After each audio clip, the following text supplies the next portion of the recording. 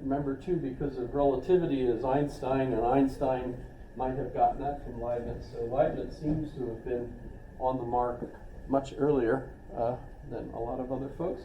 And when he talks about the nature of monads, he talks about each monad as not having any interaction with any other monad, but internally, each monad is a mirror of the entire universe, and basically knows the state of the entire universe from moment to moment, so that each particle of the universe is aware of the entire universe from its own internal state, even though there's no interaction with any other monads. Clear? No, but that's apparently what he says. So it's very confusing, but as far as I understand it, when we talk about our standard model today, and we talk about the nature of quarks, quarks are, and you've heard that there's the up, the down, the strange, the charmed, the top, and the bottom quarks. And they do come in different flavors, which are colors, red, blue, and green. So yes, they all talk in ways that sound like they're like Leibniz. We don't understand them. However, from what I understand is that's all the quarks that there are. So it's not like there's billions and billions and billions or whatever giga million, there's just the 6. And those 6 quarks are everywhere, all at once. Is that right? Don't take my word for that. Look it up, because I'm not sure. So they sound a lot like monads. They do. They actually sound a lot like Leibniz's monad. But it doesn't help. I don't know how many monads I've put in a glass of water. And when I drink it, and I know I'm drinking particles of water that, by the way, Alaska water from the tap is the best water you can get in the world. So I don't know why people go and buy bottles of it from New York and pay for it. It's free if you go up to the fountain and just put your glass there. It's amazing.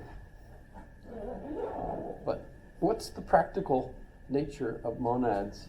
What's the practical nature of quantum particles? I know in Berkeley Labs they have a quantum computer that they've been working on for years, and apparently they keep advancing and getting it to the point where they can use it to solve interesting problems. We also know that our minds are quantum computers because of the way our minds work.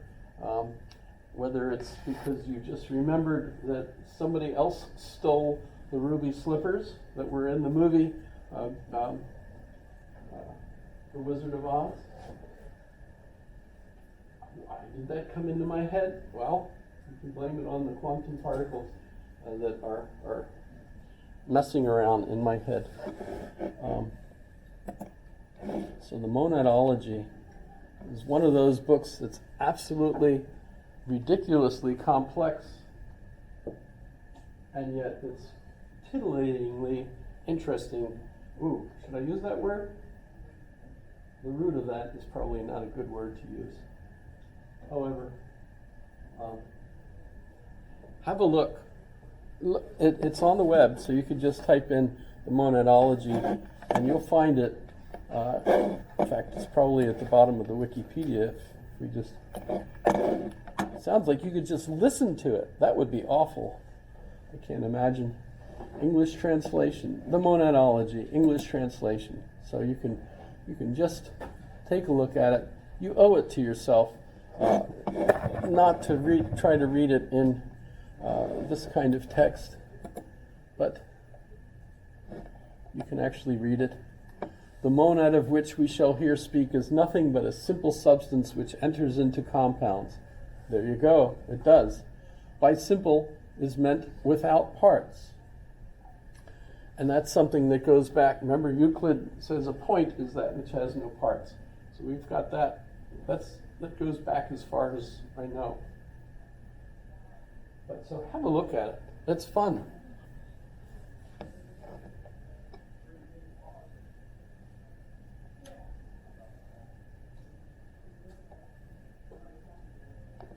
Okay. So next class we'll do Berkeley. Berkeley's main text, there's actually 2 or 3 of them, but the one that I suppose we'll most think about is a dialogue between Hylas and Philonous. Hylas means matter in Latin, and no, actually it might be Greek. It is Greek. And Philonous means love of mind. So it's a dialogue between 2 fictitious characters. The one represents the empirical side of things, which would be John Locke, and the other one, Philonous, the love of mind, would be, of course, Berkeley, his point of view. So if you have a look at Berkeley's dialogues between Hylas and Philonous, that should be good. I highly recommend Wikipedia. I love it anymore. It's better and better all the time. Questions? Guys going to survive? The last snowstorm has ended. So we're going to be swimming in the lakes by Tuesday. Have a good day. Be safe out there. Don't trip on the ice.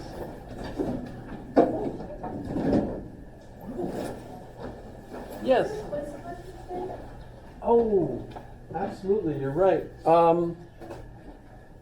What do you think of the idea that we're Klein bottles?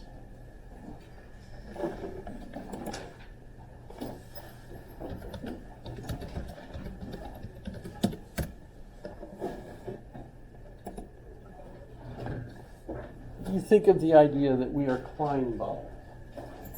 I have a link on the notes to a lecturer who is just absolutely hilarious. It's a TED, so it's like 15 minutes, and he's absolutely hilarious. And he's carrying a Klein bottle around on stage and talking about it. Obviously, we're not exactly like a Klein bottle because, if anything, we have 2. Right. Our skin is not only on the outside, it continues on in the inside, right? Yes? So our skin is both inside and outside, which means we're only one-sided figures. It's kind of a variant of the Mobius strip. You're familiar with those? So because of the nature of it, there's only one side.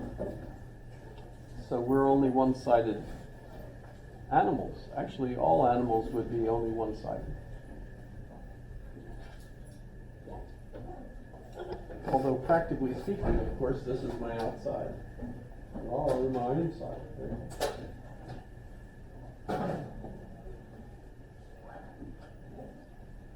But that's stimulating to think about that. So Unknown has the cases, and they went in and they gave me the lithotripsy to shock it out, and it was 13/7, and they only got half of it, so I'm gonna have to go back in and get the other one removed.